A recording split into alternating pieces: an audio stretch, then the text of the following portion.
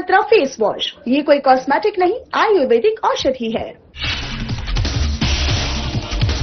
Reverse plan को लेकर CM Dhami का बयान, प्लान निवारण आयोग कर रहा कार्य, कहा पिछले सालों से रिवर्स प्लान पर पैतृक स्थानों से जुड़े रहे लोग। बीजेपी के पेज पर पूर्व सीएम हरीश रावत का AI generated video share, Harish Rawat ने जताया आपत्ति, वीडियो को लेकर सोशल मीडिया पर सियासी संग्राम तेज। बांग्लादेश में हिंदुओं पर हो रहे अत्याचारों पर जताई चिंता, महामंडलेश्वर उपेंद्र महाराज ने लगाया आरोप, कहा संयोजित षड्यंत्र के तहत हिंदुओं को बनाया जा रहा निशाना। नगर निगम देहरादून का लगातार मजबूत हो रहा खजाना, इस साल भवन पर वसूली में अधिक बढ़ोतरी, 35 करोड़ रुपए से अधिक भवन पर हो चुका जमा। और प्रदेश में कड़ाके की ठंड और शीतलहर का प्रकोप, नगर निगम प्रशासन पूरी तरह सक्रिय, आयुक्त ने भ्रमण कर अलाव और अन्य व्यवस्थाओं का लिया जायजा। नमस्कार, स्वागत है आपका। मैं हूं आपके साथ सपना दीपक मदेशिया। बुलेटिन का आगाज करेंगे। उत्तराखंड एक बार फिर सियासत गर्मा गई है। दरअसल बीजेपी के आधिकारिक पेज पर पूर्व मुख्यमंत्री हरीश रावत का एआई जनरेटेड वीडियो शेयर किया गया, जिस पर हरीश रावत ने आक्रोश जताया है।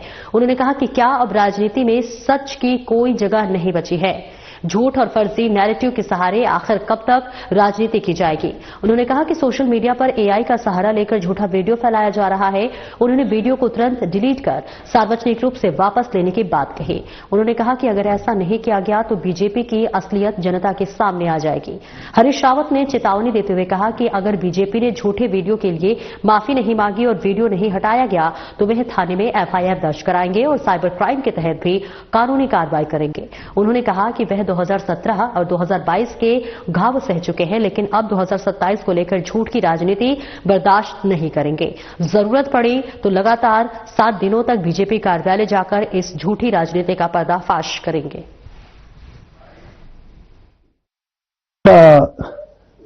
राजनीतिक सौहार्द का पक्षधर रहा हूं, उसका अनुपालन किया है, मगर भाजपा लगातार झूठे नरेटिव गढ़ने की कोशिश में मुझ पर प्रहार करती है। 2017 में भी झूठ बोला और फिर 2022 में झूठ बोला, अब 2027 में भी मेरी राजनीति पर एक झूठ के सहारे प्रहार करने की कोशिश हो रही है। मैं भाजपा के लोगों से कहना चाहता हूं कि भाजपाइयों, अपने झूठ के लिए राज्य के लोगों से माफी मांगो।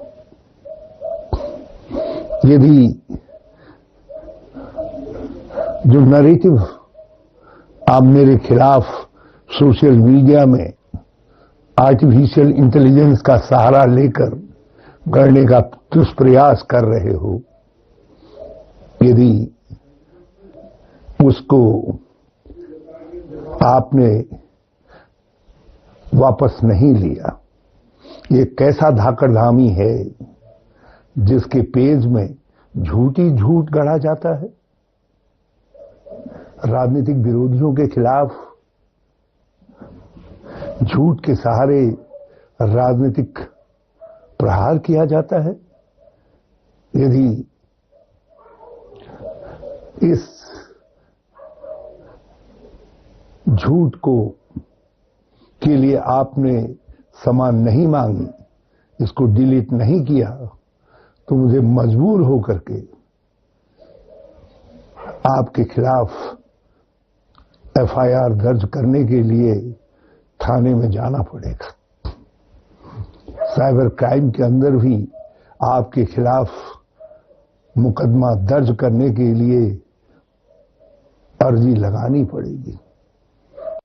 और आगे बढ़ेंगे, जहां रिवर्स पलायन को लेकर मुख्यमंत्री पुष्कर सिंह धामी का बयान सामने आया है, जहां मुख्यमंत्री ने कहा है कि रिवर्स पलायन पर लगातार कार्य हो रहा है। जी हां, आपको बताते चले, जहां पर मुख्यमंत्री पुष्कर सिंह धामी ने कहा है कि रिवर्स पलायन को लेकर पलायन निवारण आयोग लगातार कार्य कर रहा है। पिछले सालों से कई लोग कर रहे हैं रिवर्स पलायन। प्रदेश में जो लोग कार्य करना चाहते हैं उनके लिए सरकार ने बनाई कई योजनाएं। मुख्यमंत्री स्वरोजगार योजना के माध्यम से कई लोगों ने अपने रोजगार किए स्थापित। हजारों लोग एग्रीकल्चर, हार्टिकल्चर और होमस्टे जैसे क्षेत्रों में बन रहे सफल उद्यमी। रिवर्स पलायन पर कर अपने पैतृक स्थानों से जुड़ रहे लोग। प्रवासियों को अपनी जड़ों से जोड़ने के लिए सरकार प्रत्येक जनपदों में करेंगे प्रवासी पंचायत का आयोजन। राज्य के विकास में प्रवासी बन सकेंगे सहभागी। प्रदेश में लगातार बढ़ रहा पर्यटन, साल भर पर्यटन बना रहे, इसको लेकर कर रहे कार्य। पीएम मोदी ने मन की बात कार्यक्रम में शीतकालीन यात्रा को लेकर किया था जिक्र। पीएम मोदी के आह्वान के बाद शीतकालीन यात्रा से चमक रहा उत्तराखंड। टूरिज्म, पर्यटन क्षेत्र में रोजगार के नए अवसर हो रहे पैदा।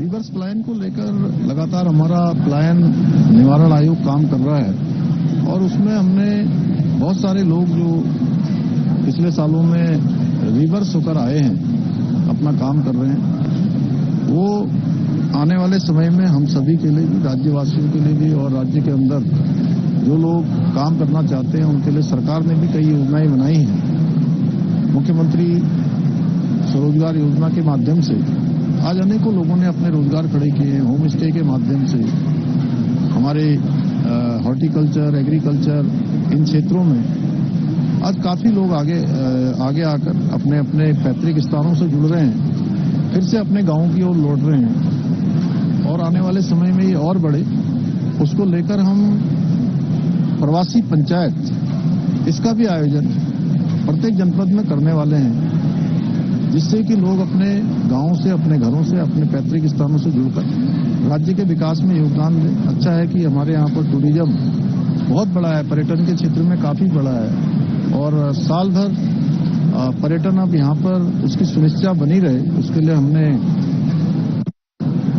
शीतकालीन यात्रा प्रारंभ की है। आदरणीय प्रधानमंत्री जी ने अभी 30 नवंबर को मन की बात के अपने कार्यक्रम में भी हमारे राज्य की शीतकालीन यात्रा का विस्तार से सभी देश और दुनिया के सामने रखा है। निश्चित रूप से उनके इस प्रकार से यात्रा का उल्लेख करने से पूरे देश और दुनिया के सामने हमारे राज्य का शीतकालीन जो यात्रा है या शीतकाल है वो किस प्रकार से लोगों के लिए अच्छा हो सकता है, लाभदायक हो सकता है, उनका आना यहाँ पर वो सभी के ध्यान में आया है। उसको हम और बेहतर बनाने के लिए काम कर रहे हैं और इस क्षेत्र में जो लोग वापस लौट कर आ रहे हैं, रिवर्स पलायन कर रहे हैं, उनके लिए भी बहुत सारे अवसर पैदा कर रहे हैं। और आगे बढ़ेंगे। हरिद्वार में साधु संतों ने बांग्लादेश में हिंदुओं पर हो रहे अत्याचारों पर गंभीर चिंता जताई है। महामंडलेश्वर स्वामी रूपेंद्र प्रकाश महाराज ने आरोप लगाया है कि बांग्लादेश में सुनियोजित षड्यंत्र के तहत हिंदुओं को निशाना बनाया जा रहा है। उन्होंने कहा कि भारत पाक विभाजन के बाद पहले पाकिस्तान और फिर बांग्लादेश में लाखों हिंदुओं की हत्या हुई, उनकी संपत्तियां छीनी गई और उन्हें लगातार डर के माहौल में जीने को मजबूर किया गया। महामंडलेश्वर ने सवाल उठाया कि जब पूरे बांग्लादेश में हिंदुओं की दुकानों, मकानों और जमीनों पर कब्जे की खबरें सामने आ रही हैं, तब अंतर्राष्ट्रीय मानवाधिकार संगठन और वैश्विक संस्थाएं चुप क्यों हैं? स्वामी रूपेंद्र प्रकाश महाराज ने इसे केवल धार्मिक मुद्दा नहीं बताते हुए कहा कि यह एक व्यापक वैश्विक साजिश का हिस्सा है जिसमें हिंदू समाज को कमजोर करने का प्रयास किया जा रहा है। उन्होंने हिंदू समाज से संगठित होने की अपील करते हुए कहा कि भारत सरकार को भी इस विषय पर गंभीरता से विचार करना चाहिए कि देश और सीमावर्ती क्षेत्रों में हिंदुओं की सुरक्षा कैसे सुनियोजित की जाए। उन्होंने पश्चिम बंगाल का भी उल्लेख करते हुए लगातार सामने आ रही घटनाओं पर चिंता जताई और बंगाल सरकार की भूमिका पर सवाल खड़े किए। षड्यंत्र के तहत वहां के हिंदुओं को समाप्त करने का काम किया जा रहा है। ये भारत और पाकिस्तान के विभाजन से लेकर अभी तक लाखों हिंदुओं का कत्लेआम पहले पाकिस्तान में किया गया, फिर पाकिस्तान से ही अलग राज्य हुआ, बांग्लादेश राष्ट्र हुआ, उसमें हुआ, और अब जब से राज्य परिवर्तन हुआ है अभी तक लाखों हिंदुओं का कत्लेआम हुआ है, उनकी संपत्तियां छीनी गई है। इसमें कोई भी मानवाधिकार आयोग, इंटरनेशनल ह्यूमन राइट्स चलाने वाले संगठन क्यों नहीं बोल रहे? क्योंकि हिंदुओं की हत्या हो रही है। की हत्या होती है तो ये चुप हो जाते हैं। ये दोगली षड्यंत्रकारी नीति चल रही है। हिंदुओं को जागना होगा और इस सरकार को वहां पर इंटरफेयर करना चाहिए। वहां के हिंदुओं को सुनिश्चित करना चाहिए कि वो कैसे सुरक्षित रहे। और आगे बढ़ेंगे, जहां आपको बताते चले कि नेता प्रतिपक्ष यशपाल आर्य अपने विधानसभा क्षेत्र पहुंचे हुए हैं। जी हां, इस बीच आपको बताते चले जहां उनके पहुंचने के बाद उनका स्वागत किया गया और इसके साथ ही साथ तमाम लोगों की भी मौजूदगी वहां पर देखी गई। तो ये तस्वीरें आपको दिखा रहे हैं जहां नेता प्रतिपक्ष यशपाल आर्य पहुंचे अपने विधानसभा क्षेत्र बाजपुर सहित महुआखेड़ागंज, अहरपुरा, धीमरखेड़ा क्षेत्र में जनसंपर्क और जनसंवाद कार्यक्रमों में शिरकत की। फूलमाला पहनाकर नेता प्रतिपक्ष यशपाल आर्य का किया स्वागत। अहरपुरा की गलियों में जनसंपर्क कर लोगों से मुलाकात की। समस्त परिवारजनों से किया आत्मीय संवाद। लोगों की सुनी समस्याएं, बुनियादी सुविधाओं का अभाव छलका जनता का दर्द। सड़क, बिजली, पानी, स्वास्थ्य और रोजगार के अवसरों की कमी और शिक्षा के गिरते स्तर पर भी लोगों ने जताई गहरी चिंता। शासन प्रशासन की अनदेखी के कारण जनता बुनियादी अधिकारों के लिए तरस रही है, यशपाल आर्य ने कहा। और इससे एक साथ जागरूक जनता ही लोकतंत्र की ताकत है। जनसंपर्क केवल औपचारिकता नहीं बल्कि जनता के साथ विश्वास का रिश्ता। वर्षों से कई समस्या जिसके तर्स राजनीति का असली आधार जनता की सेवा, जनहित से जुड़े हर मुद्दे को शासन प्रशासन के समक्ष मजबूती से उठाना और उनका समाधान करना ही मुख्य प्राथमिकता, यशपाल आर्य ने कहा।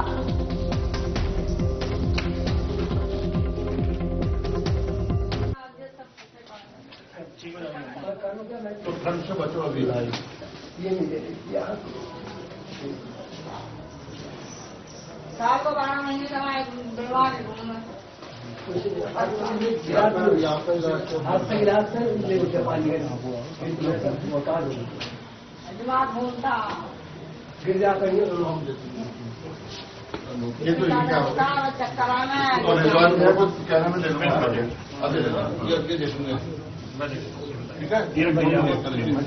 इनका भी चयन हो गया, इन्हें कौन था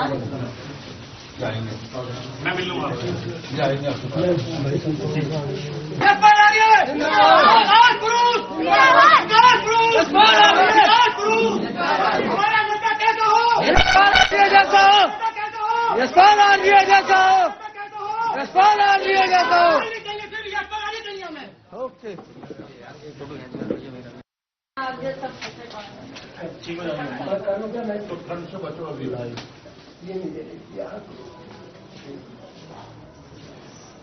साल को 12 महीने का व्यवहार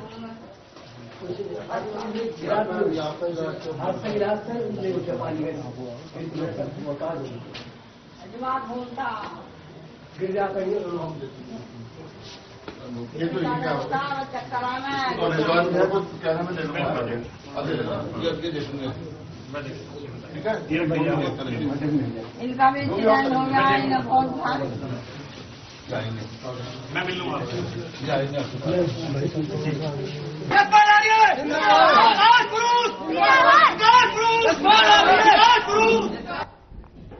नगर निगम देहरादून का खजाना लगातार मजबूत होता जा रहा है। वित्तीय वर्ष 2025-26 में नगर निगम को भवन कर और चालानी कार्रवाई से दिसंबर आखिरी तक बड़ी आय हासिल हुई है।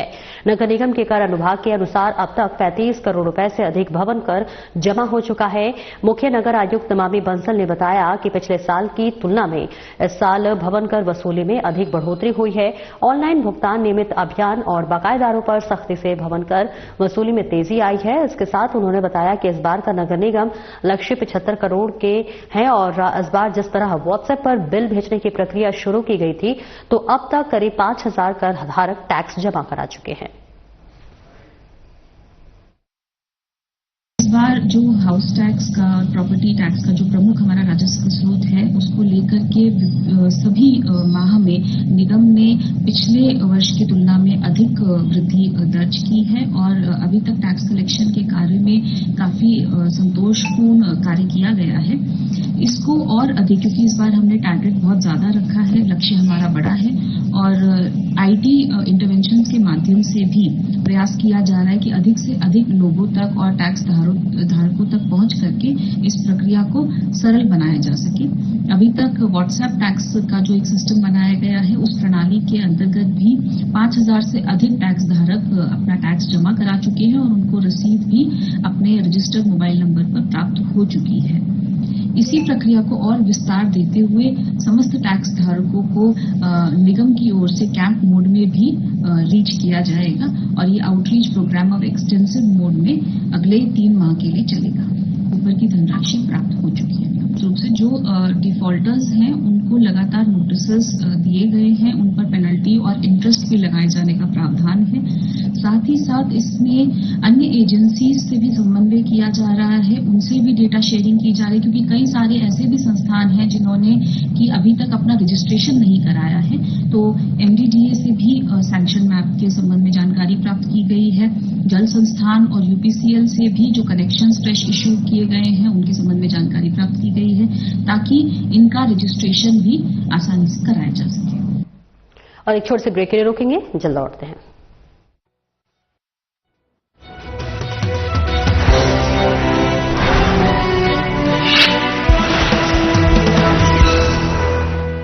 क्या रंग खिला, क्या रूप सजा, मैंने ही नहीं दुनिया ने कहा।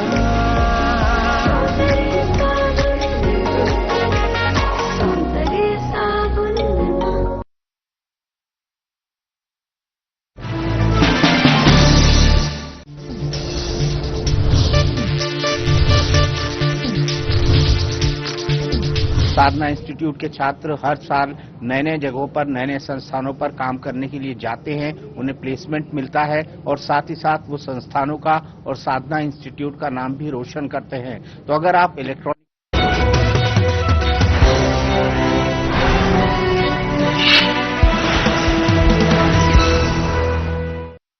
और ब्रेक के बाद एक बार फिर से स्वागत है आपका। खबरों में आगे बढ़ेंगे, जहां हरिद्वार पुलिस ने एक बार फिर से सत्यापन अभियान तेज कर दिया है, जहां सख्त होती हुई नजर आ रही है हरिद्वार पुलिस। एसएसपी प्रवीण सिंह डोभाल के आदेश पर थाना क्षेत्र में की गई सख्त कार्रवाई, बाहरी लोगों और संदिग्ध गतिविधियों पर पुलिस की सख्त नजर। बिना सत्यापन किराएदार रखने वालों पर सीधी कार्रवाई की चेतावनी, लापरवाह मकान मालिकों की खैर नहीं। किराएदारों का सत्यापन न कराने पर भुगतना पड़ेगा खामियाजा। जहां घरेलू नौकर, मजदूर और किराएदार सभी का रिकॉर्ड खंगाल रही पुलिस। मकान मालिकों की लापरवाही सुरक्षा के लिए बड़ा खतरा। जनपद में अपराध रोकने के लिए सत्यापन सबसे बड़ा हथियार। हरिद्वार पुलिस का साफ संदेश, बाद में पछताने से बेहतर अभी कराए सत्यापन।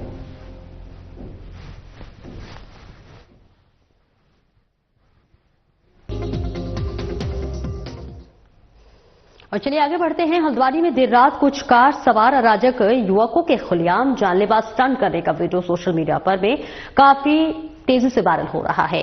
थार जैसी महंगी गाड़ियों में सवार इन रईसजादों ने नैनीताल शहीद पार्क के ठीक सामने सड़क पर एक नहीं बल्कि कई बार खतरनाक स्टंट किए, जिससे राहगीरों की जान जोखिम में पड़ गई। आपको बता दें, घटना के दौरान सड़क पर सामान्य यातायात जारी था। इसके बावजूद युवकों ने तेज रफ्तार में गाड़ियां घुमाई और स्टंटबाजी करते हुए चलते नजर आए। घटना का वीडियो सोशल मीडिया पर तेजी से वायरल हो रहा है। स्थानीय लोगों ने इस घटना को लेकर भारी नाराजगी जताई है। लोगों का कहना है कि यदि समय रहते ऐसे अराजक तत्वों पर सख्त कार्रवाई नहीं की गई तो कोई बड़ा हादसा हो सकता है। वहीं मामले का संज्ञान लेते हुए एसएसपी मंजूनाथ टिप्सी ने हल्द्वानी पुलिस को सख्त कार्रवाई करने के निर्देश दिए हैं। पुलिस ने आरोपियों के खिलाफ मुकदमा दर्ज कर वाहन को सीज कर लिया है। एसएसपी ने कहा है कि क्षेत्र की शांति भंग करने वालों के खिलाफ सख्त कार्रवाई की जाएगी। हुड़दंग, अराजकता और स्टंटबाजी किसी भी सूरत में बर्दाश्त नहीं की जाएगी।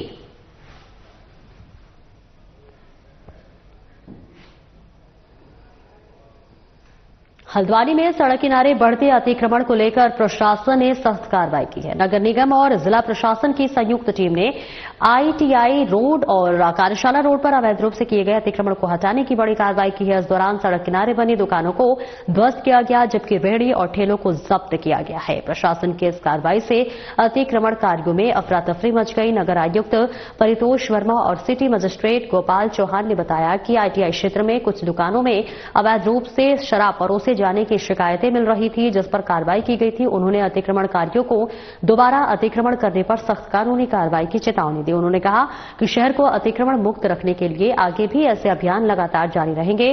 वह स्थानीय लोगों का कहना है कि अतिक्रमण की वजह से रोजाना जाम और अव्यवस्था की स्थिति बनी रहती थी। व्यापारियों ने बताया कि बार बार चेतावनी के बावजूद अतिक्रमण नहीं हटाया गया, जिसके चलते प्रशासन को सख्त कदम उठाने पड़े। देखिए कि जो लगातार शिकायतें मिली थी प्रियशाला और आइडिया के पास की, तो इसमें हमारे जो ठेले वाले हैं उनके ठेले जब्त किए गए। कुछ ऐसे ठेले वाले भी मिले थे कि इनके पास पैसे एक था और 2 ठेले लगाए थे, तो उन लोगों के भी ठेले जब्त कर लिए गए। साथ ही यहाँ पे आईटीआई के पास से जो निरंतर शिकायतें मिली थी कि अतिक्रमण पूर्व में हटा था, वहाँ पर पुनः अतिक्रमण मिले थे, तो वाले अस्थायी अतिक्रमण को भी देखिए अतिक्रमण समय समय पर नगर निगम द्वारा और प्रशासन द्वारा हटाया जाता रहा है।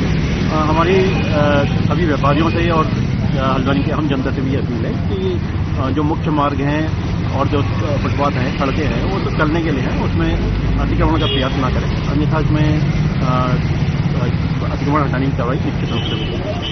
आईटीआई रोड पे हैं, यहाँ से भी लगातार हमको शिकायतें मिल रही थी और अतिक्रमण के साथ साथ यहाँ पे चूंकि आईटीआई कॉलेज भी है और लगातार शराब और अन्य जो अवैध गतिविधि है उसकी भी शिकायत मिल रही थी। तो आज नगर निगम के साथ हमने यहाँ पे आपका एक अभियान चलाया है, तो जिसमें हमने कुछ रेड़े और ठेलों को जब्त किया है। कुछ यहाँ पे जो टीन शेड के पक्की टाइप की जो दुकानें बनी थी और उनको पूर्व में भी सूचित किया था, 1 महीने पहले भी बताया गया था, उसके बाद भी इन्होंने नहीं हटाया। तो आज हमने इस से सारा अतिक्रमण हटा दिया है। और कड़ाके की ठंड और शीतलहर के प्रकोप को देखते हुए नगर निगम प्रशासन पूरी तरह से सक्रिय हो गया है। मुख्य नगर आयुक्त नमामि बंसल ने स्वयं देर रात शहर के विभिन्न हिस्सों का भ्रमण कर अलाव और अन्य व्यवस्थाओं का जायजा लिया। मुख्य नगर आयुक्त ने शहर के प्रमुख चौराहों, रेल बसेरों और सार्वजनिक स्थानों पर नगर निगम द्वारा की गई अलाव व्यवस्था का सघन निरीक्षण किया। निरीक्षण के दौरान उन्होंने न केवल व्यवस्थाओं को देखा, बल्कि फुटपाथ और खुले में सो रहे जरूरतमंद व्यक्तियों को कंबल वितरित कर उन्हें राहत भी पहुंचाई। अलाव व्यवस्था में पारदर्शिता और नियमितता बनाए रखने के लिए इस बार तकनीक का सहारा लिया जा रहा है। मुख्य नगर आयुक्त नमामि बंसल ने बढ़ती ठंड को देखते हुए संबंधित अधिकारियों को कड़े निर्देश दिए। शहर में अलाव जलाए जाने वाले चिन्हित स्थानों की संख्या में वृद्धि की जाए। मुख्य बाजारों, अस्पतालों के बाहर और सार्वजनिक स्थलों पर अतिरिक्त निगरानी रखी जाए। प्रतिदिन की मॉनिटरिंग रिपोर्ट बिना किसी लापरवाही के उच्च अधिकारियों को प्रेषित की जाए। निरीक्षण के दौरान उन्होंने अधिकारियों को स्पष्ट चेतावनी दी है कि ठंड के इस मौसम में किसी भी स्तर पर लापरवाही बर्दाश्त नहीं की जाएगी। उन्होंने जनता से भी अपील की है कि यदि किसी क्षेत्र में अलाव की आवश्यकता है तो निगम को सूचित करे। वहीं नगर निगम द्वारा रैन बसेरों में बढ़ती भीड़ और आवश्यकता को देखते हुए अतिरिक्त बेड्स की व्यवस्था की गई है और इसके साथ ही साफ बिस्तर, कंबल और अन्य आवश्यक सुविधाओं में भी विस्तार किया गया है। रैन बसेरों में रह रहे व्यक्तियों से फीडबैक भी लिया जा रहा है। रैन बसेरों में ठहरने वाले व्यक्तियों की जो है सुरक्षा को प्राथमिकता देते हुए निगम ने पिछले 1 सप्ताह से चौकीदारों की संख्या बढ़ा दी है। अब प्रत्येक रैन बसेरों में 24 घंटे सुरक्षाकर्मी तैनात रहेंगे ताकि वहां अनुशासन और सुरक्षा का माहौल बना रहे।